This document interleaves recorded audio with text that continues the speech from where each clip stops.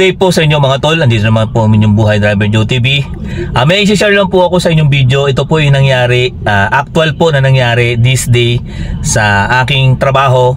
Makikita nyo po yan, may nakalagay pong remote control replace battery dito sa aking dashboard.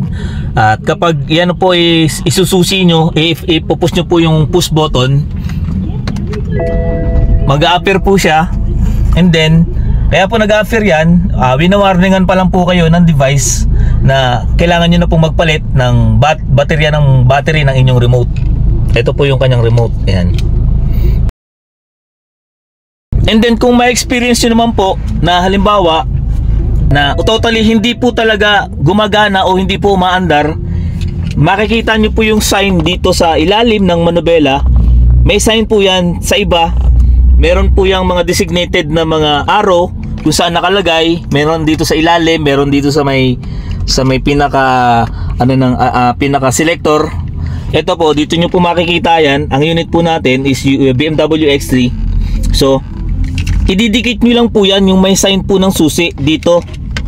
Ididikit nyo po yung pinaka keyless remote, and then ipupush nyo po itong button na to, itong push start na to, saka nyo po pipindutin. Ayan, aandar po yan, and then kaso magre-reflect pa rin po sa dashboard yung kanyang remote warning. So karamihan po ng mga nalulubat po yung battery ng kanilang mga remote. Katulad po nito sa akin is keyless po ito, hindi po sinususian dito sa may makina. So ang gagawin nyo po, halimbawa po na hindi nyo po mabuksan yung inyong pinto sa may labas sa sasakyan, meron po mga pinipindot po dyan, katulad po nito, may pinipindot po dyan para ma-release po itong pinakasusi dito sa pinaka-remote.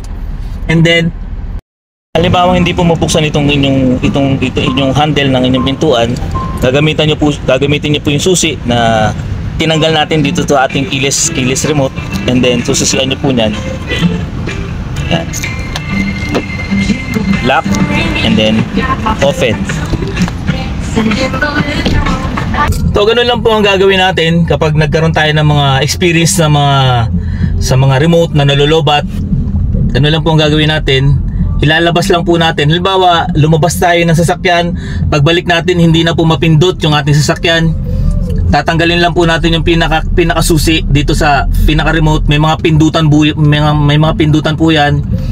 Tsaka natin po i-manual yung ating susian dun sa may pintuan. And then pag nakapasok na po tayo, ibabalik po natin yan, and then saka natin gagawin yung procedure na sinabi ko kanina. Ididikit po yung susi dito sa may sign ng susi dito sa ilalim ng manubela. Tatapat lang po yan para ma-sensor niya yung pinaka-remote natin, and then pipindutin nyo po yung push start button, saka po aandar yan. Ayan.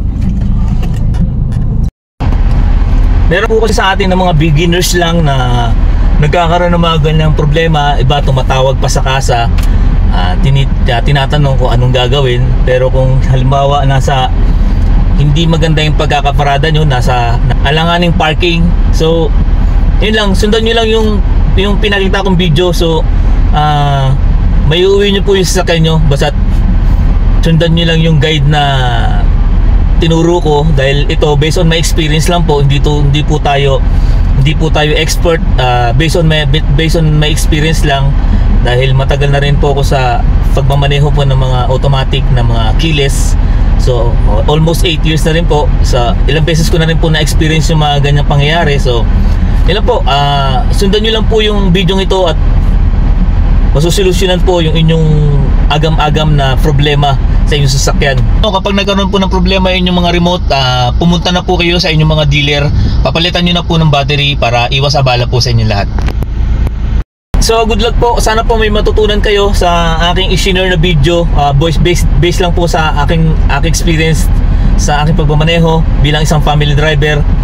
Sana sa mga emergency na case na katulad nito, sana masolusyonan yung inyong problema. So yun lang, sana sa pamamagitan po ng video ito, naituro ko po sa inyo kung ano po yung mga dapat gawin. Halimbawa pa na lobat yung inyong remote,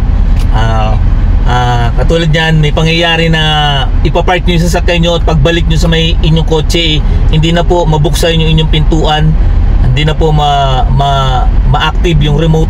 So, yun lang po gagawin nyo. Tatanggalin nyo lang po yung pinaka-susi. Lahat po ng mga keyless meron po yung mga susi. Binubunot lang po yan. Meron mga ano po yan, may mga pinipindot po yan. Hanapin nyo lang po kung saan nyo pwedeng pindutin, sa kanyo po hilaan yung pinaka-susi.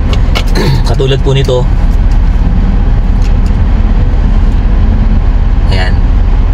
Pipindutin nyo lang po yan. Then nakukuha na po yung susi. Sa kanyo po i-manual unlock yung inyong pintuan sa may labas po ng kotse.